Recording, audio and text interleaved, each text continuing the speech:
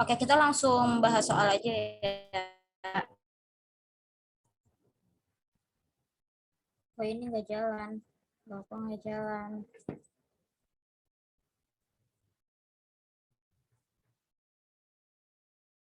Kan manusia yang ditandai dengan adanya perkampungan yang diri atas tempat tinggal sederhana, beberapa keluarga, dan dipimpin oleh kepala kampung. Kemudian, dalam hal usaha mencuri kebutuhan sama, diatur pembagian kerja antara laki dan perempuan merupakan pola kehidupan masyarakat praaksara pada masa. Kira-kira jawabannya A, berburu dan mengumpulkan makanan tingkat sederhana, B, memburu dan mengumpulkan makanan tingkat lanjut, C, bercocok tanam, D, perundangian. Kira-kira jawabannya A, B, atau C?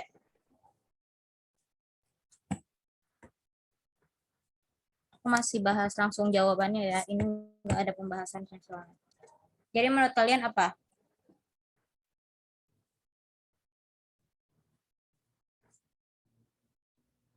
A kayaknya. Oke.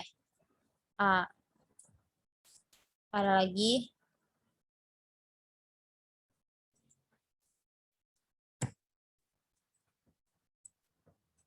A itu berburu dan mengumpulkan makanan tingkat sederhana. Di sini kan kehidupan manusia ditandai dengan adanya perkampungan terdiri atas tempat tinggal sederhana dialami oleh beberapa keluarga dan dipimpin oleh kepala kampung. Kemudian dalam hal usaha mencukupi diatur dengan pembagian kerja antara laki-laki dengan perempuan. Tapi dihitungnya ini bisa ada option lagi selain A.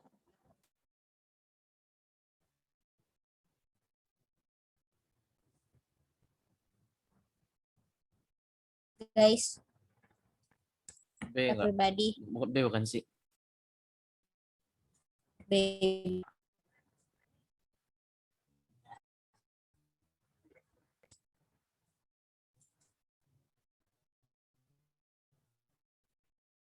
Juga bisa ya sebenarnya.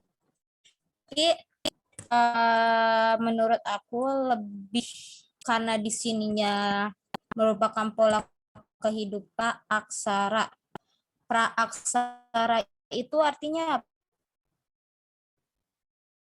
aksara tuh dari masa dia uh, apa ya sebelum tidak mengenal menjadi mengenal.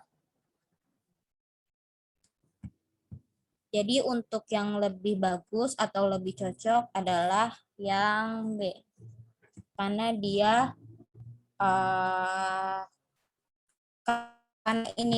karena transisi seperti transisi jadi dan ada kata makanan tingkat lain berarti karena dia masih kalau misalkan yang akan dia masih sederhana. Di sini ada yang mau tanyain nggak?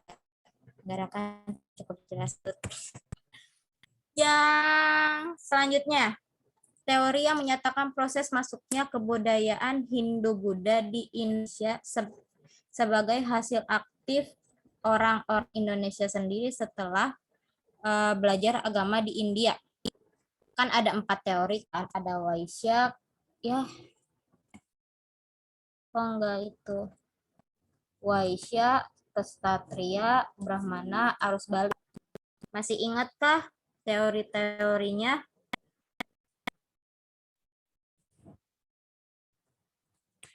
Oke, aku bahas ya teorinya.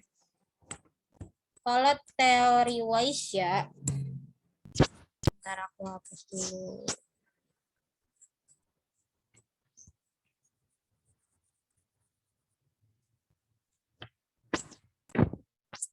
Kalau teori Waisya itu tuh dari apa yang mengungkapkan From. Kalau aku ingatnya dia itu pokoknya ada bacaan from-nya. NJ from. Nah, dia itu menurut si Krom ini apa ya namanya, kebudayaan India itu budaya India masuk dibawa oleh si Waisya, terutama para pedagang. Nah, kaum Waisya yang berdagang ke Nusantara itu bayang dan tidak kemungkinan jika angin tidak kemungkinan untuk kembali, mereka akan menetap sementara waktu. Itu yang disebut dengan Waisya. Jadi dia itu berlayar mengikuti angin. Kalau misalkan anginnya membawa dia, contohnya ke negara Indonesia, tempatnya di Pulau Jawa misalkan, dia akan menetap di Jawa. Habis itu dia akan berlayar kembali mengikuti angin. Itu teori Waisya. Kalau teori kesatria, dia itu apa ya? Dia itu apa ya? Para pendukung teori kesatria ini beranggapan kalau agama Hindu itu dibawa oleh para kesatria itu sendiri. Jadi kalau misalkan si para kesatria ini berarti golongannya apa dong? Berarti dia itu adalah golongan bangsawan dan golongan prajurit perang.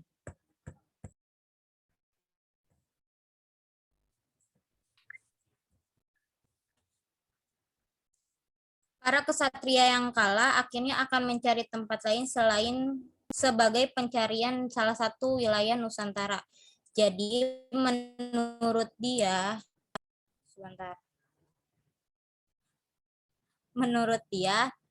yang membawa proses Hindu Buddha itu adalah kesatria, karena dia itu dibagi menjadi dua golongan antara bangsawan dengan prajurit. Terus teori Brahmana. Teori Brahmana itu teori yang menurut kalian apa? Dia tuh kalau aku bilang bisa dibilang ahli ulama. Jadi dia itu menggunakan agama. Kalau misalkan kan kita lagi ngomongin Hindu Buddha ya. Jadi berarti dia itu ahli ulamanya itu seperti bisa juga hukum, ahli hukum, terus Alkitab,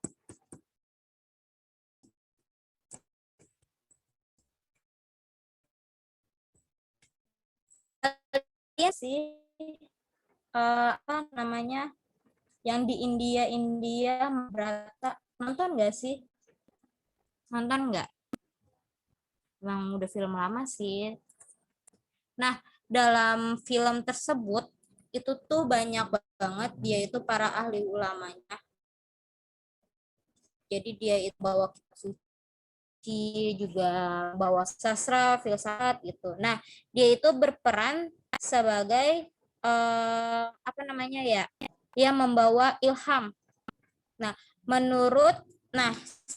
si Brahmana ini kan dia dibawa di sematan itu sama Van Leer. Nah, menurut si Van Leer ini, orang-orang India ini tuh memiliki taraf yang sama untuk meningkatkan kondisi negerinya. Jadi si India sama Indonesia ini sama. Jadi proses interaksi tersebut para Brahmana ini mengenakan kebudayaan yang berasal dari golongan mereka masuk ke Indonesia. Yang terakhir, teori arus balik, aku ke atas saja ya. Teori arus balik. teori arus balik ini disebutkan oleh F.D.K. Wunsch. Nah, masyarakat Indonesia tidak hanya menerima pengetahuan agama dari orang asing. Disebut dengan arus balik berarti kalau arus balik apa sih artinya? Apa? Artinya apa? Guys. Mas pada suara aku nyampe kan? Nyampe lah. Arti dari arus balik itu apa? Jadi orang Indonesia Suaranya itu tuh agak suka. putus-putus. Oh iya, sorry. Soalnya kan aku bilang di sini sinyal ini lagi jelek makanya aku undur. Suara aku putus-putus banget. Nggak terlalu sih, Kak. Iya, putus-putus banget. Coba bentar. Bentar. Balik ya. Nah, masyarakat Indonesia ini tuh sering banget keluar negeri, apalagi sering banget keluar ke negara India untuk mencari ilmu atau menambah ilmu. Nah, ketika orang Indonesia di sana, itu tuh orang Indonesia kan orangnya ramah-ramah ya. Indo itu terkenal sama ramah, murah senyum. Habis itu apa lagi? Banyak ngomong, iya enggak sih? Nah, karena sifat orang Indonesia itu banyak ngomong, jadi dia banyak ingin tahu. Jadi ketika dia di luar negeri atau apalagi yang kita omongin kan orang-orang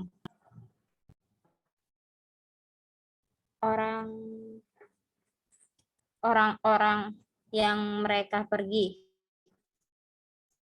Orang yang kita kan lagi ngomongin Hindu Buddha. Nah, Hindu Buddha kan ini adalah salah satu kebudayaan di Indonesia kan. Nah, karena orang Indonesia memiliki atau menerima pengetahuan agama dari orang asing yang datang, kebudayaan Hindu yang masuk ke Indonesia itu adalah inisiatif dari bangsa Indonesia sendiri. Sebab maka orang dari Nusantara yang sengaja dia untuk berziarah dan mencari agama atau belajar agama Hindu Buddha. Setelah itu kembali lagi ke Nusantara dan menyebarkannya sendiri. Jadi misalkan nih, kamu juga kan dari sini pergi ke Jepang. Berarti kalian akan membawa sedikit banyaknya akan membawa kebudayaan kalian ke orang Jepang. Kayak misalkan di Indonesia itu seperti ini, seperti ini. Nah, ketika kamu mau balik juga, kamu akan menceritakan pengalaman kamu. Orang Jepang tuh seperti ini, seperti ini, seperti ini. Dia itu jarang menggunakan kendaraan pribadi. Biasanya dia menggunakan kendaraan umum atau dia naik sepeda, bahkan banyak yang jalan kaki gitu kan, lumrah kan. Berarti kamu membawa kebudayaan orang Jepang ke Indonesia seperti itu. Nah, menurut kamu dari 4 teori ini yang menyatakan proses struknya di Indonesia itu apa teori apa yang mengungkapkan? B, C atau D?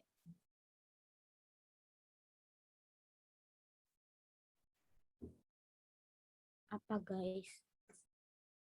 Kayaknya arus balik deh. Ya, benar. Teori arus balik. Lanjut ya. Proses masuknya Islam ke Indonesia menurut pendapat Mokuete, bacanya apa ini? Nah, menyatakan bahwa A. Islam dibawa oleh orang Arab sendiri, negara asal di mana Islam lahir dengan alasan mazhab yang dianut sama. B. Islam berkembang di Indonesia disebarkan oleh pedagang asal Persia dengan alasan kesamaan tradisi seperti perayaan Hari Asyura. C.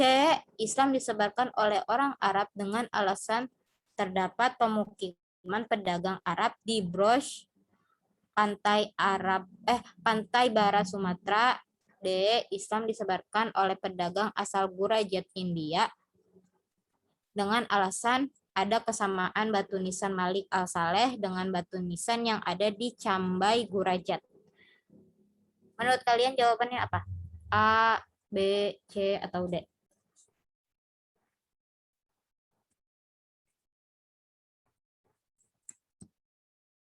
Menurut mau kuete.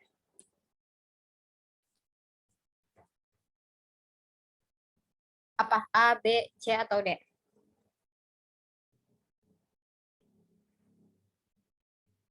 Nah, menurut mau kuete ini, apa ya?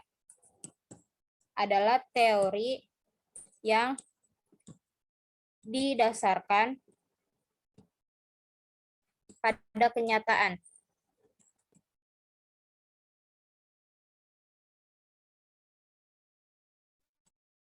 Barang bukti. Dari sini apa dong? A, B, C, atau D?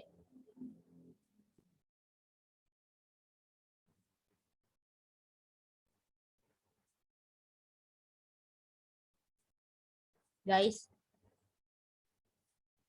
ingat, mau kuete itu, dia itu memaparkan kalau teori yang dianjurkan itu, dianjurkan itu pada kenyataan atau barang bukti.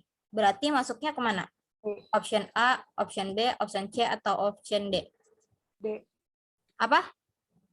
D. Dadu. D. Yap. Karena apa yang namanya? Karena kenyataan bahwa batu nisan yang di berbagai batu nisan yang ada di Nusantara termasuk makam Maulana Malik Ibrahim di Gresik mempunyai batu yang sama dengan batu nisan di Cambang Gurajat. Ini adalah salah satu buktinya. Makanya yang memperkuat teori Simau Kuete ini karena ada barang bukti atau kenyataan. Lanjut. Ini peta ASEAN. Masih ingat gak sama apa namanya arah mata angin? Soalnya sesuai gambar di atas, negara yang terletak di bagian barat negara Laos dan Kamboja adalah yang ke arah sini apa?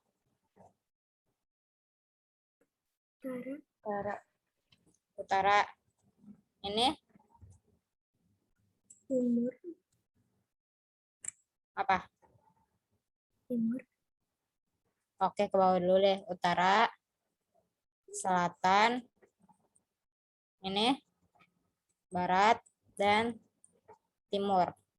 Sesuai gambar di atas, negara yang terletak di sebelah barat, berarti yang ini ya, adalah Laos, barat negara Laos dan Kamboja. Yang kuning ini Laos, yang apa namanya orange ini Kamboja, berarti bagian ini dong. Nah, kira-kira ini peta apa yang sebelah sini?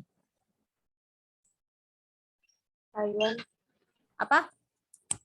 Thailand. Oke, Thailand. Ini Thailand. Kalau misalkan di barat Thailand, apa?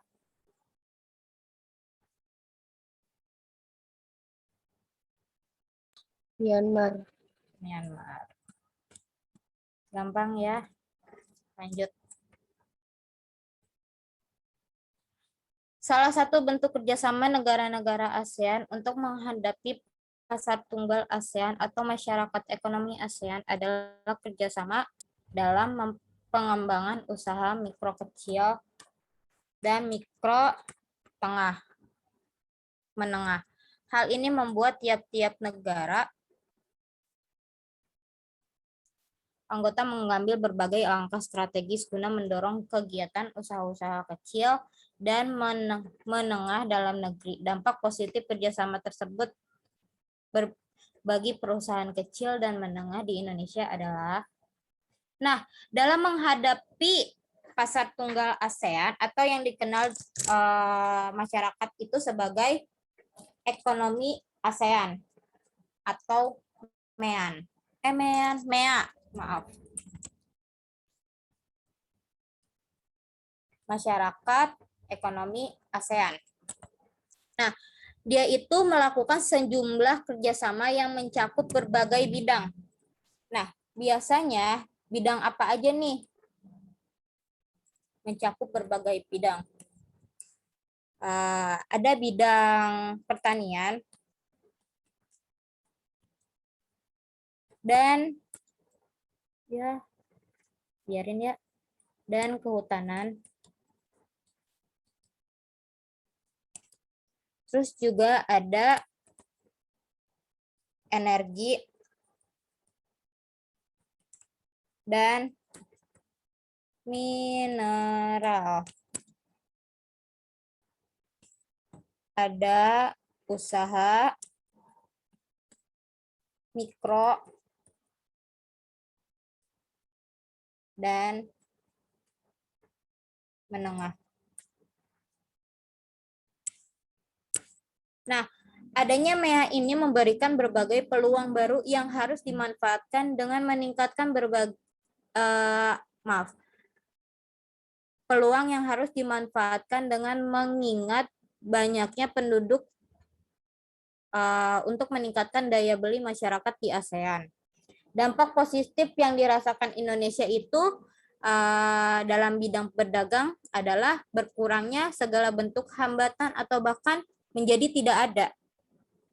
Tapi bagi perusahaan kecil dan menengah di Indonesia dapat meningkatkan jumlah produksi barang. Itu faktanya. Nah, jadi option yang masuk itu A, B, C, atau D.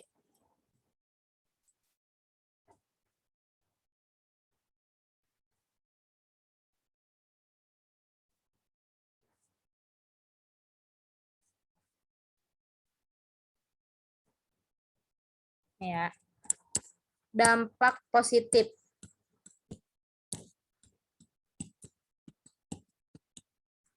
Dampak positifnya itu yang dirasakan oleh Indonesia itu dalam bidang berdagang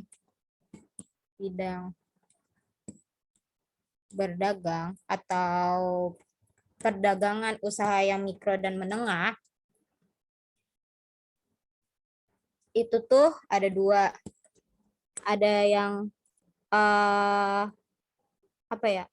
mengurangi segala hambatan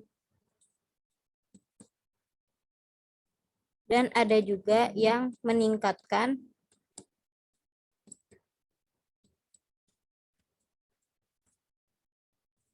produk.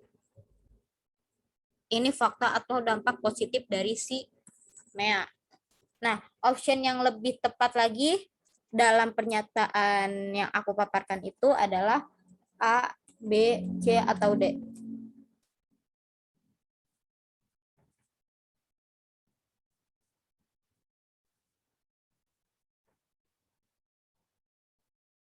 Sepi. Oke, jawabannya adalah B, meningkatkan jumlah produk. Meningkatkan jumlah produksi barang dengan harga yang sangat tinggi. Lanjut. Aku mau dengar suara deh, biar nggak gabut banget. Suara siapa yang mau aku dengar ya? Aku mau dengar suara Zamira dong. Say hey dong Zamira. Ya, Kak. Coba baca dong Zamira. Pertanyaannya, Kak. Yap. Menyikapi sengketa wilayah Natuna antara Indonesia dan Tiongkok, ASEAN telah mengambil langkah-langkah dalam upaya penyelesaian konflik tersebut. Di antaranya adalah memaksimalkan fungsi mekanisme kerja lembaga internal ASEAN yang telah disepakati, khususnya di bidang maritim serta mengimplementasikannya di lapangan. Ilustrasi di atas merupakan salah satu pilar kerjasama ASEAN, yaitu dalam bidang A. Ekonomi, B. Sosial, C. Budaya, D. Politik. Menurut kalian, dalam kasus yang tadi Azla baca, dia itu dalam bidang apa? Menyingkapi sengketa wilayah Natuna, Indonesia, Tiongkok. Menurut kalian apa? Kalau ekonomi berarti berurusan sama apa? Uang. Uang. Kalau sosial sama perilaku kemasyarakatan.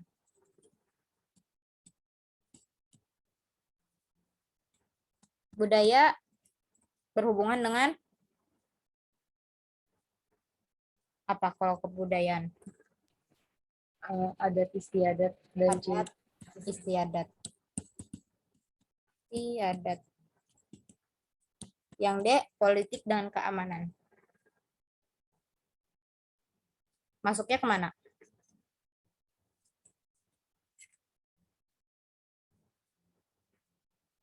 Kalau politik dan keamanan. Sengketa itu gimana, Kak, maksudnya? Sengketa itu maksudnya mau diambil alih. Kayak kemarin, kasus kemarin. Kan wilayah Natuna kan lagi dijajah kan waktu kemarin. Bukan dijajah. Bahkan dianggap diklaim sama Cina bahwa si Natuna ini itu termasuk ke dalam si Cina. Nah, orang si Cina ini mau ngambil atau sengketa atau mengklaim bahwa si laut Natuna ini atau wilayah Natuna ini masuknya ke dalam Cina. Gitu. Padahal kan jelas-jelas Natuna itu berada dalam wilayah Indonesia. Berarti dalam kasus ini penyelesaian konfliknya bagaimana? Apakah pakai ekonomi, sosial, budaya, politik, atau keamanan? Politik keamanan bukan, Kak? Iya, politik keamanan. Kenapa kita ada politik? Walaupun ya, aku benci banget kalau misalkan orang-orang yang berpolitik seperti menteri-menteri gitu. Kalau bencinya itu karena mereka mungkin korupsi ya. Tapi kalau misalkan ada kejadian seperti ini, mereka juga turut tangan bahwa menurut kita itu jangan mengambil hak yang tidak mereka miliki. Dan keamanan kita juga langsung naik untuk mengamankan wilayah Natuna. Lanjut. Siapa yang mau dengar ya? Ki, say hey dong. Iya, Kak. Namanya siapa Ki? Aku lupa. Squishy ya? Quincy. Quincy. Kasih nama dong. Ganti jangan Ki, Quincy gitu. Soalnya aku lupa terus. Coba baca dong, Quincy.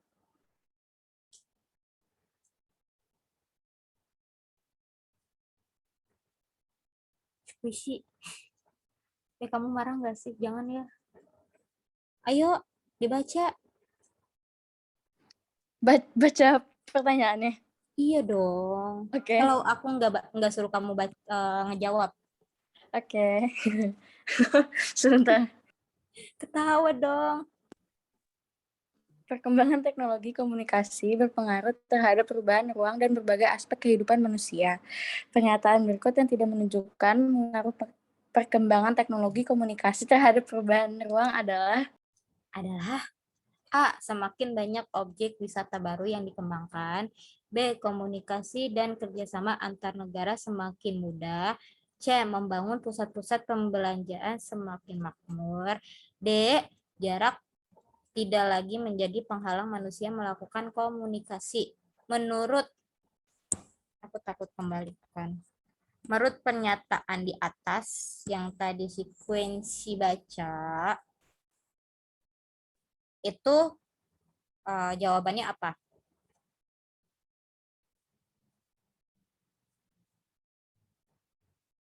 Perkembangan teknologi komunikasi berpengaruh nih.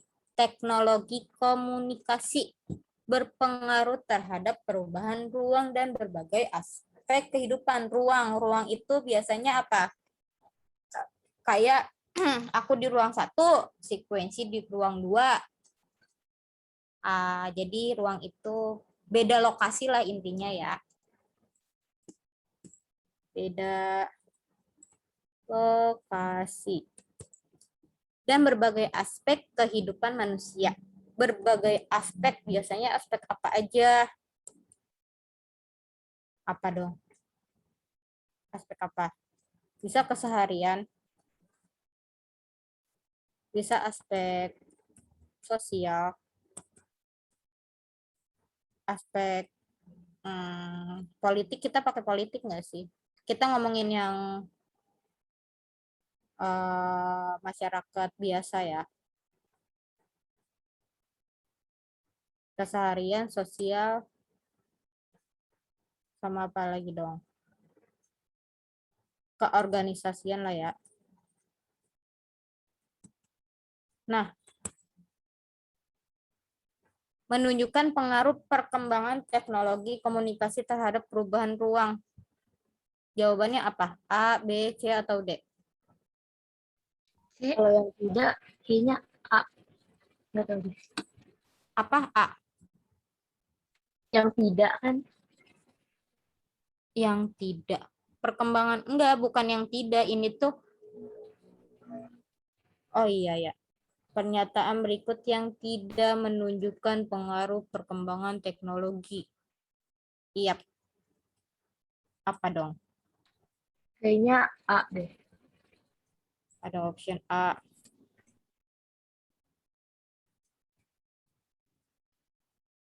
Terus apa lagi? Kak Azla katanya pengen jawab, Kak. Ayo jawab. Ngechat. Oh, tadi Azla jawab iya sih. Aku mau dengar option yang lain maksud aku.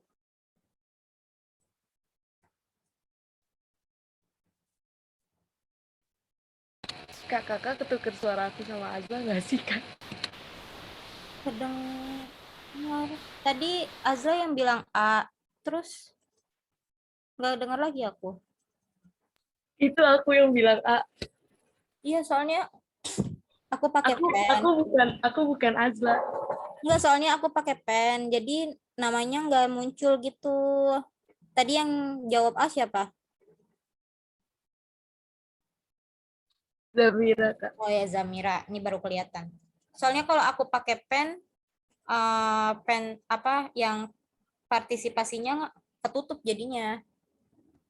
Iya, Kak. Tadi Zamira kan jawab, terus Azla pengen jawab, tapi katanya dia malu, Kak. Ih, kenapa Azla? Coba. Kakak. Azla emang shy gitu, Kak, tapi dia mau jawab. Shine. Jangan shine gitu dong. Aku nggak gigit serius deh. Apa Azla menurut kamu? Tadi sih C, Kak. Oke, C. Nih kalau misalkan aku pakai pen lagi, langsung menghilang ya nama kamu. Nama kalian. Jadi aku nggak tahu nih. C. Semakin banyak objek wisata. Kan yang tidak ya. Semakin banyak objek wisata baru yang berkembang. Nggak masuk akal banget di teknologi komunikasi. Yang B, komunikasi kerjasama antar ruang semakin mudah. Ini mah jelas-jelas. Kalau yang B, apa ya, positif ya. Kan kalau yang berikut tidak berarti yang bukan kan ya. Pusat-pusat perbelanjaan semakin makmur, ini juga bisa. Soalnya nggak termasuk ke dalam teknologi komunikasi. Yang D, jarak tidak lagi menjadi penghalang manusia melakukan komunikasi. Ini mah positif banget. Ya nggak sih? Oke, aku dapat 2 jawaban A sama C. Teknologi komunikasi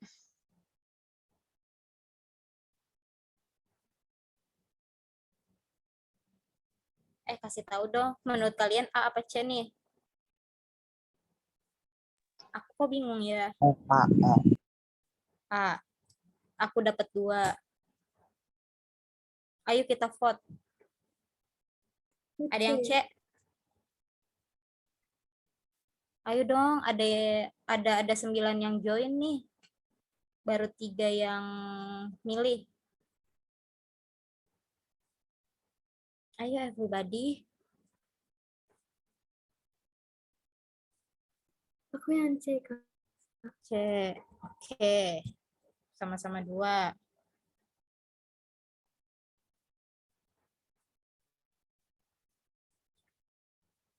Wah, aku dapat jawabannya. Jawabannya adalah A. Semakin banyak objek wisata baru yang dikembangkan. Kalau yang C, pembangunan pusat-pusat pembelanjaan semakin menjamur. Jadi kita pilih A. Lanjut. Oh ya, yang udah jawab, thank you banget ya. Jangan langsung, gue nggak mau jawab lagi. Jangan kayak gitu ya. Aku mau dengar suara Mikael.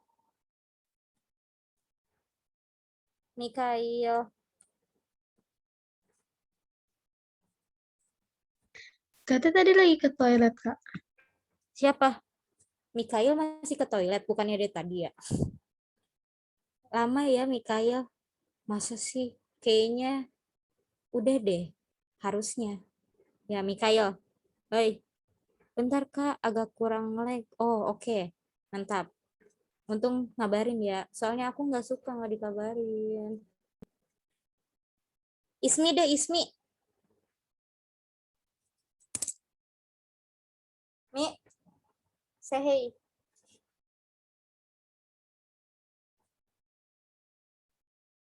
Ismi. Aku nggak mau ngomong sebelum Ismi ngomong. Halo. Ngambek. Ismi.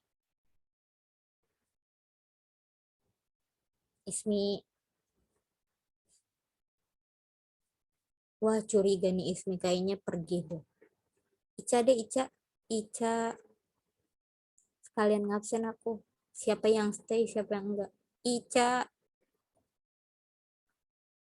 Suruh baca doang, serius deh, enggak suruh jawab. Ica.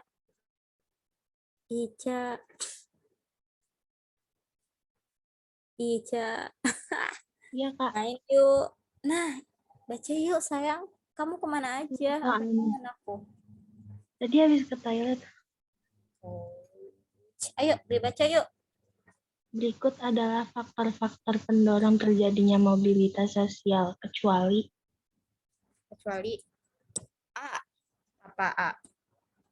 Opsinya dibaca juga. Ismi. Ca.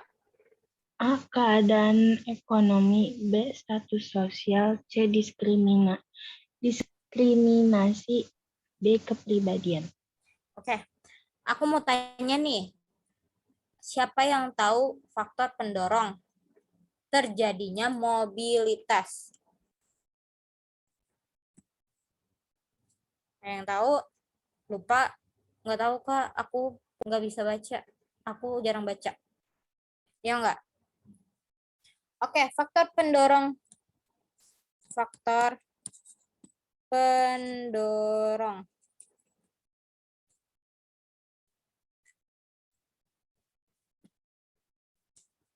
Ntar dulu aku cari posisi yang enak.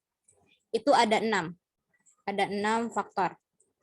1, 2, 3, 4, 5, 6. Yang pertama itu ada struktural.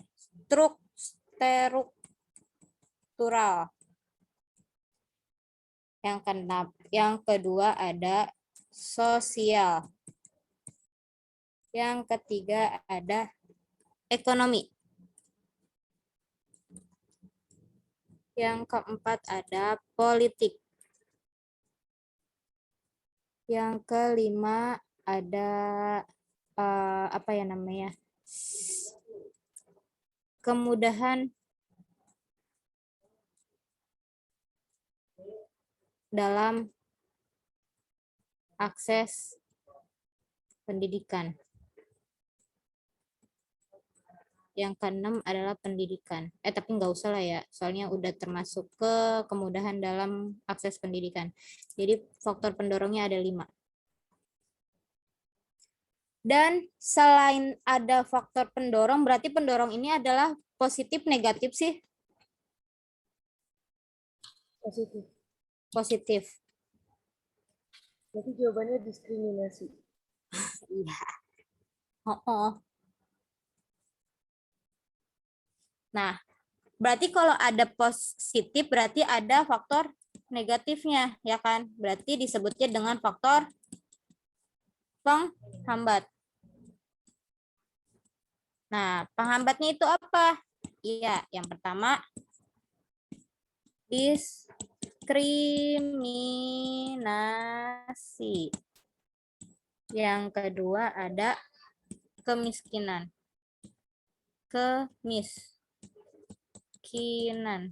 Jadi nggak ada yang kepribadian ya. Ini option yang C, D itu salah. Nanti record akan aku kirim ya. Tapi kalau yang mau screenshot ini juga boleh. Lanjut. Berikut ini yang menunjukkan dampak mobilitas sosial bagi percepatan perubahan sosial dalam masyarakat adalah jawabannya A, B, C, atau D. A. Indonesia dipersatukan, semboyan Bhinneka Tunggal Ika. B. Seseorang yang berpengaruh dalam keberhasilan teman-teman lainnya. C. Terjadi persaingan yang tidak sehat dalam masyarakat. D. Menimbulkan motivasi yang tinggi pada seseorang untuk maju. Jawabannya A, B, C, atau D. Ini soalnya nggak ada penjelasan nih.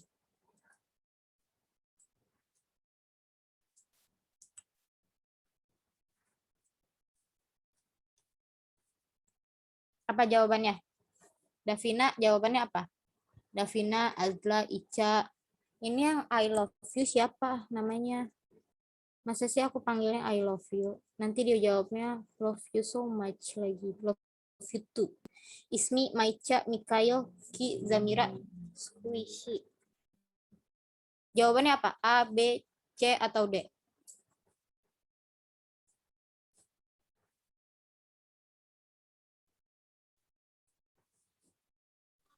C. C. Boleh. Tapi kurang tepat. Ada yang lebih tepat lagi. Yang A bukan K. Bagi percepatan perubahan sosial. Jadi tuh dia itu apa ya namanya? D. D bukan Kak. Apa? D. D. B. Oke, benar. Seseorang akan berpengaruh pada keberhasilan teman-teman lainnya. Ini tuh salah satu dampak atau contoh percepatan pengerubahan sosial. Kayak misalkan, jangankan nilai ya misalkan, cuman tren di HP deh. Aduh, aku handphonenya iPhone Pro Max nih. Berarti kan langsung kayak iri, ya nggak sih? Iri dengki gue. Jadi minta deh ke orang tua. Kalau orang tuanya oke sih langsung beli. Kalau yang enggak, ngumpulin duit. Lanjut. Perhatikan tabel berikut. Indikator yang menunjukkan peran dan fungsi keragaman kebudayaan bagi pembangunan nasional ditunjukkan oleh angka. Ini gampang banget. Angka apa? Yang satu oke nggak? Meningkatkan sikap toleransi. 1 dan 2. 1 dan 2. Jawabannya adalah benar. 1 dan 2. Sikap saling toleransi. Toleransi tahu nggak artinya apa? Menghargai. Ya, menghargai. Perkembangan kebudayaan nasional ini udah fix banget ya. Udah ada budaya dan nasional. Kalau yang 3 menggantikan kedudukan budaya lokal, enggak banget. Sini ada menggantikan. Tadi awalnya aku pas baca milihnya 2 sama 3. Tapi ternyata ketika aku baca di sini ada kata menggantikan. Lanjut. Pada saat tertentu, konflik antar pihak dapat menimbulkan integrasi sosial dalam kehidupan masyarakat. Alasan berikut yang mendukung pernyataan tersebut adalah A. Salah satu pihak merupakan kelompok kecil didominasi kelompok besar sehingga dampak dipaksa.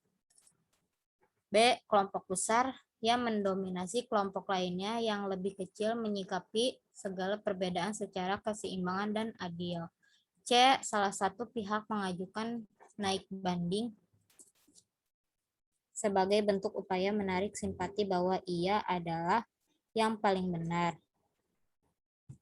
D. Antar kedua belah pihak yang bersengketa tetap mempertahankan pendapat masing-masing dengan kukuh. Oke. Apa ya namanya ya? Di sini kan pada saat tertentu konflik antar pihak, konflik ya, di sini kita lagi ngomongin konflik. Dapat menimbulkan integrasi sosial. Maksudnya kalau misalkan ada konflik berarti ada berapa kubu? Konflik Dua atau lebih? ya, ada 2 kubu. Aku nggak tahu, kita nggak bisa nyebutin kubu yang baik dengan yang benar misalkan ya. Nah, dari konflik apa ya? Biasanya kalau konflik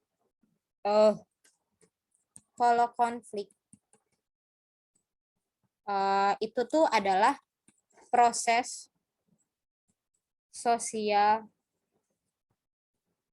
yang terjadi ketika apa ya, individu atau kelompok kelompok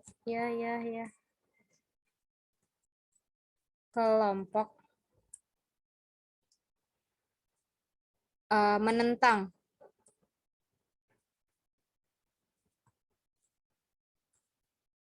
pihak lawan. Biasanya memicu apa kalau konflik kayak gini tuh? Memicu kekerasan.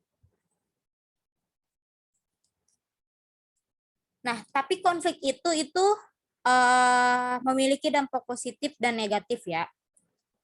Nih, salah satunya positif konflik itu adalah memperkuat solidaritas kelompok dan memunculkan konsekuensi dalam masyarakat. Jadi maksudnya itu alasan ketika 2 kubu yang berkonflik nih, misalkan masing-masing anggota kelompok atau kubu itu bersatu dan saling mendukung agar kubu atau kelompok itu menjadi lebih unggul atau menang. Tapi apabila kedua kubu tersebut sama-sama kuat, maka akan muncul apa? Kalau misalkan 2 kubunya ini sama-sama kuat.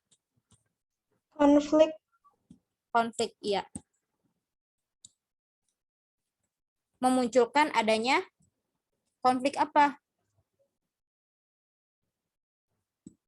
Antar pihak. Kompromi.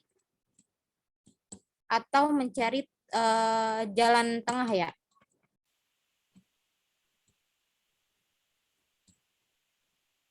Yang yang menguntungkan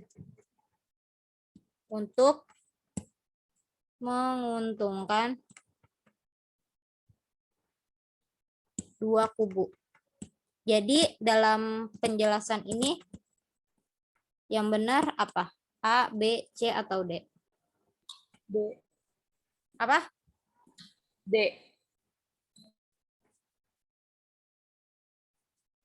Siap.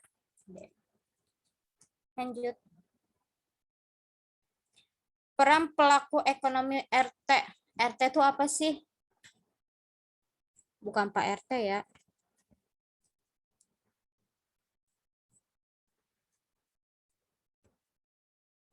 Pelaku ekonomi. RT ini apa? Rumah, tangga, keluarga dalam meningkatkan produk nasional. Nah, peran peran ekonomi RT keluarga atau rumah tangga keluarga itu ada tiga peran. Yang pertama, membayar pajak. Pajaknya apa aja? Pajak bumi, pajak benda, sama pajak pekerjaan. Yang kedua adalah bertindak sebagai konsumen. Konsumen itu artinya apa? Yang membeli barang. Tapi kita membeli barangnya adalah barang hasil Indonesia itu sendiri ya. Yang ketiga, dia itu memiliki faktor produksi. Faktor produksi itu apa aja? Bisa alam. Alam tuh kayak pertanian, perkebunan, kayak gitu-gitu ya. Terus tenaga kerja.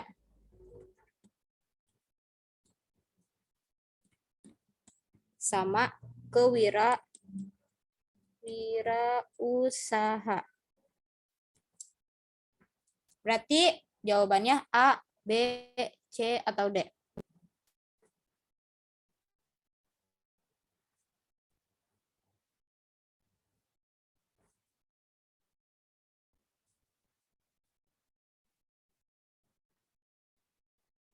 Apa jawabannya? Ih, udah kelihatan banget tuh. Ani. Yang A, bukan. Ada 3 peran. Kan yang pertama membayar pajak. Kedua, bertindak sebagai konsumen. Yang ketiga, memiliki faktor produksi yang alam, tenaga kerja, atau kewirausahaan. Dia memiliki usaha sendiri. Biasanya memiliki brand sendiri. Kayak tukang bakso, kan dia punya brand sendiri tuh. Misalkan bakso Ojolali. Berarti dia kewirausahaan dalam bidang kuliner. Terus atau siapa ya? Brand itu Scarlett. Yang punya kan si istrinya Kaisar Hito ya. Siapa namanya? Felicia ya. Nah, dia itu brand apa dong? Kalau misalkan Scarlett itu brand kecantikan. Nah, berarti peran pelaku RT keluarga dalam kasus ini itu apa? Jawabannya A, B, C, atau D? D. D, bukan. Gemes nih, ayo lagi, satu lagi. C, benar. Sini, alam. Menyerahkan faktor produksi seperti alam, tenaga kerja, tuh. Ini padahal tuh. Sama kewirausahaan. Kewirausahaan berarti termasuk kepada skill. Lanjut.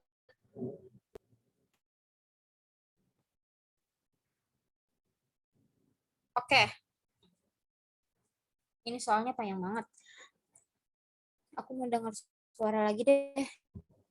Bilang aja malas baca, Kak. Enggak, aku nggak malas baca. Aku mau dengar suara kalian. I love you. Baca dong.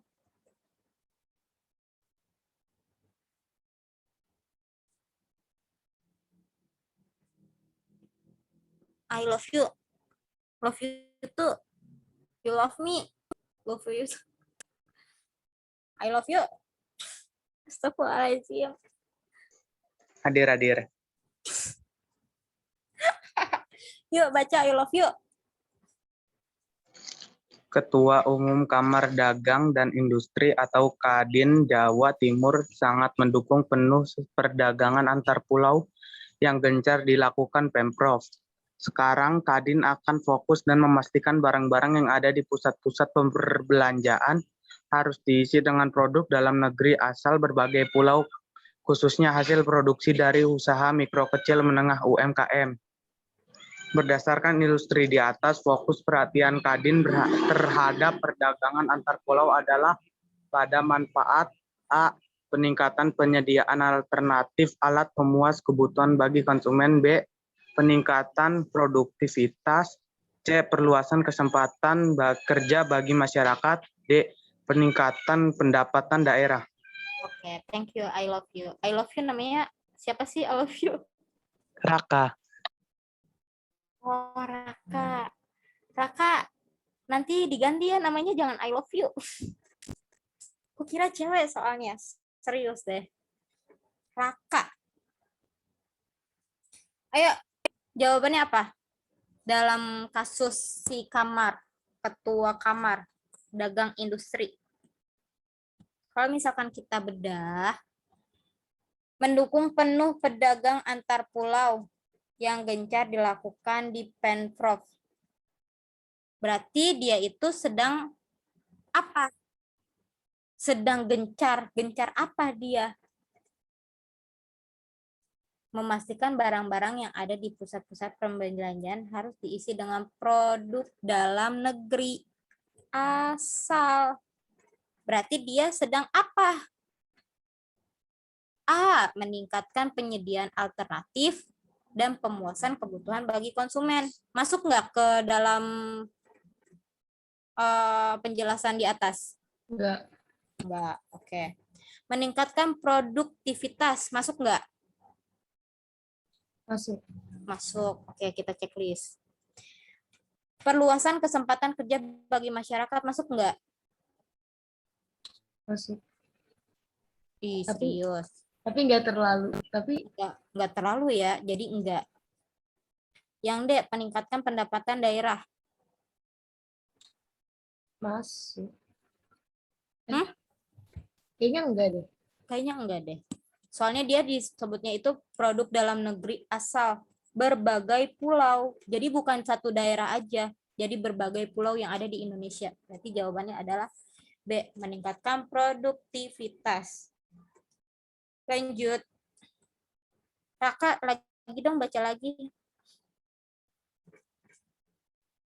Raka.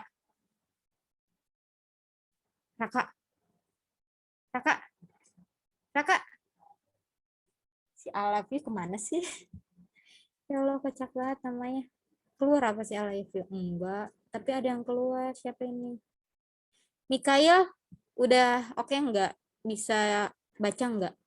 Aku belum mendengar suara Mikael nih soalnya.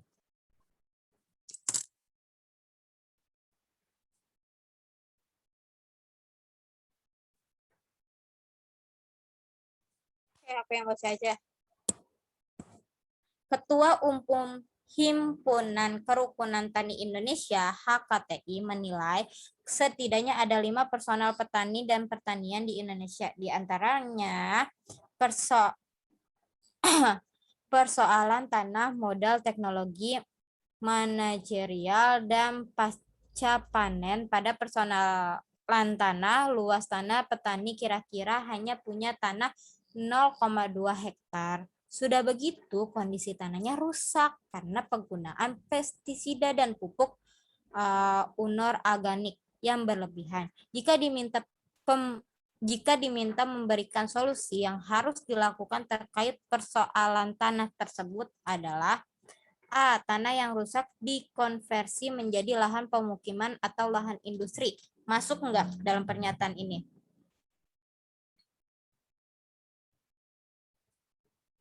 Masuk enggak?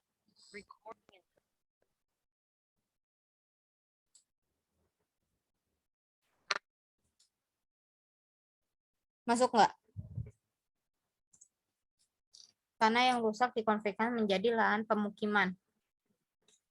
Enggak ya.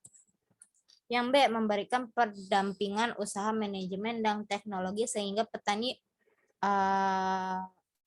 bertani berteknologi. Ini juga enggak. Mengubah metode petani, tanah yang rusak diabaikan kemudian membuka lahan baru. Ini juga enggak. Berarti jawabannya adalah D. Tanah yang rusak diperbaiki dengan pendekatan organik. Karena kan dia rusaknya itu karena apa? Dia itu rusaknya karena penggunaan pestisida dan pupuk anorganik yang menjadikan tanah itu rusak. Makanya tanah yang rusak itu diperbaiki dengan pendekatan organik dan tanah sempit tumbuhan klaster-klaster. Satu soal lagi ya, soal penutup. Pemberian dana pensiun terhadap pekerja yang telah melampaui batas usia kerja di sebuah perusahaan merupakan bentuk. Nah, dalam pemberian dana pensiun ini tuh ada dua disebutnya dua faktor lah ya. Dua faktor. Ada vertikal, ada horizontal. Nah, berarti yang di luar vertikal dan horizontal itu adalah lambat dan cepat, berarti bukan ya. Nggak ada lambat dan cepat. Dia hanya ada dua, vertikal dan horizontal. Nah, kalau yang vertikal ini, dia itu adalah disebutnya itu bentuk transfer materi berupa uang, namun dia itu diberikan dari orang mampu,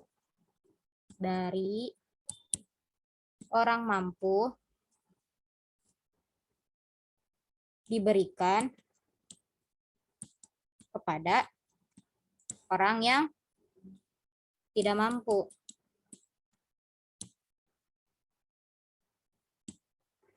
Tapi kalau yang horizontal itu tuh artinya dilakukan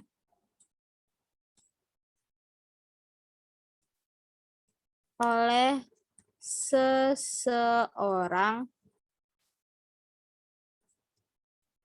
yang tingkatannya sama. Tingkat yang sama. Jadi dari dua penjelasan vertikal sama horizontal berarti yang masuk ke dana pensiun itu apa? Vertikal atau horizontal? Horizontal. Horizontal. Oke, kalau vertikal menurut aku sih masuknya ke beramal ya. Di sini ada yang mau tanyain nggak? Soalnya ternyata aku udah nggak ada stok soal lagi. Dan waktunya udah cukup. Ada yang mau tanyain nggak? Nggak ada. Nggak ada. Ya udah. Oke, dibuka kameranya untuk absen.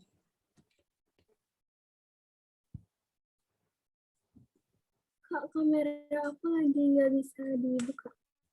Oh, Davina nggak bisa dibuka. Oke. Ayo, Azla, Ismi, Zamira, Maica. Aku buka juga deh, tapi gelap banget, sumpah. Aku kayaknya harus buka lewat HP. Bentar.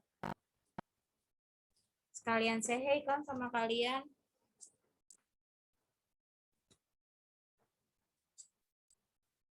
Tapi jangan itu ya. Jangan deh.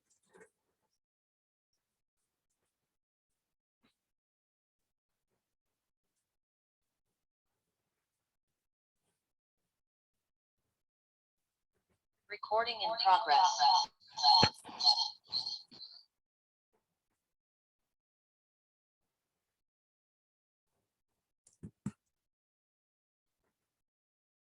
Nah.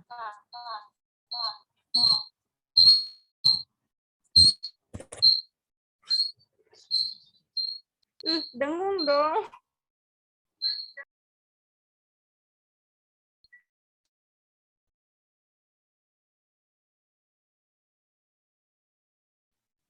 Halo. Udah ya, langsung foto aja ya.